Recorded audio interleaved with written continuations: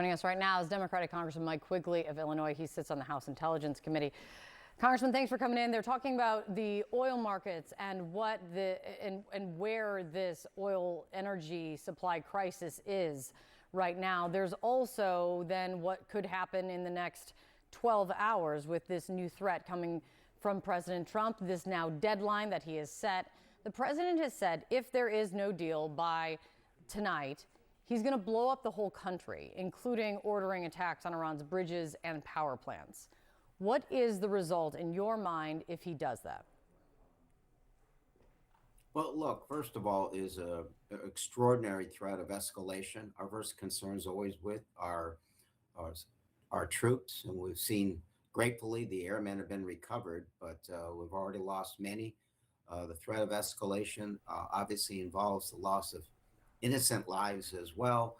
You've already talked about the threat to our economy. I'm concerned about threats to the homeland. Just yesterday, I spoke to people building affordable housing in Chicago. They're telling me they're already getting increases of 5 to 10% what it takes to build affordable housing. Everything in the economy is affected by energy prices. So obviously the concern is escalation to an all-out war. President hasn't ruled out troops on the ground, a draft.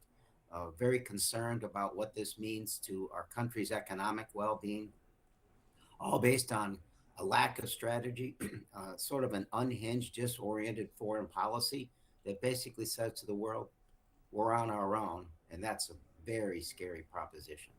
So then you do not support the war and the strategy and the objectives that the president has laid out, or how he's carrying it out, I will say.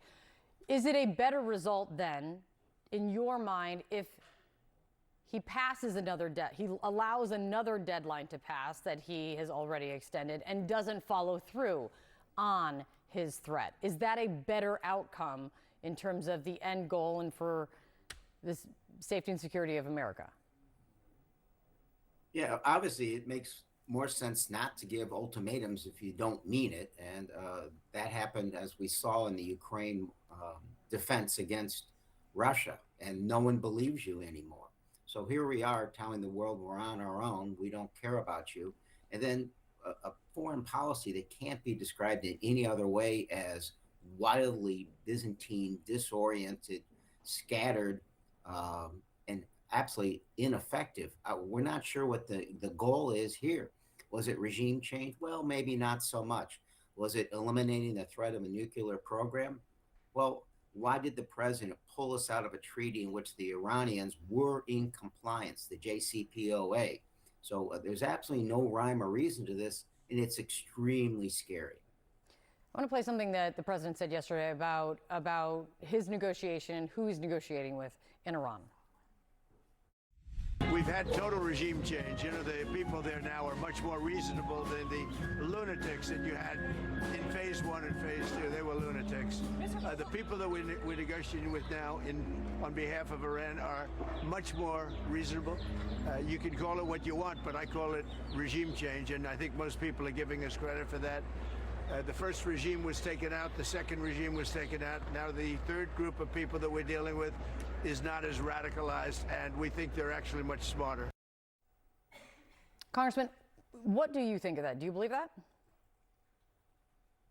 I have no idea what he's talking about. There's leadership change within the regime, but it's the same regime since 1979. The first succession that took place was the son, who's far more rigid, far more right-wing than his father. So obviously the defiance that you saw within the last 24 hours from Iran indicates that just the opposite of what the president's talking about. This regime has survived by being us against the world. And the fact that the president thinks he can change that shows a naivete or a lack of understanding of what's kept it together all these years. Congressman, the president said yesterday that he kind of posed it as a question, but what about the United States controlling the Strait of Hormuz and charging tolls for ships to pass through? Can the United States do that? Is that an end result that you think you would like to see? First of all, It's not our country. It's not our territory. We have absolutely no right to do that under any legal auspices in world order. Not that any of our allies or adversaries would let us do that. I think the president's under the sense that we can actually control it. Uh, the insurance companies aren't going to insure freighters going through there if they perceive any threat. And it doesn't take a full Navy to pose a threat. It takes single individuals, it takes mining, it takes very, very little to threaten the strait. The fact of the matter is, the only thing that's going to open that strait for good is some sort of agreement with Iran that ends this war and gets us back, frankly, to where we were before. The end of this regime in Iran is going to be through diplomacy, through economic pressures, and through its own people. That's as frustrating as it can possibly be. But the fact of the matter is, the only way to change this regime otherwise is an all out war against a 1.5 million man army in Iran. Congressman Mike Quigley, thanks for coming in. Let's see what happens today and tonight. Thank you. John.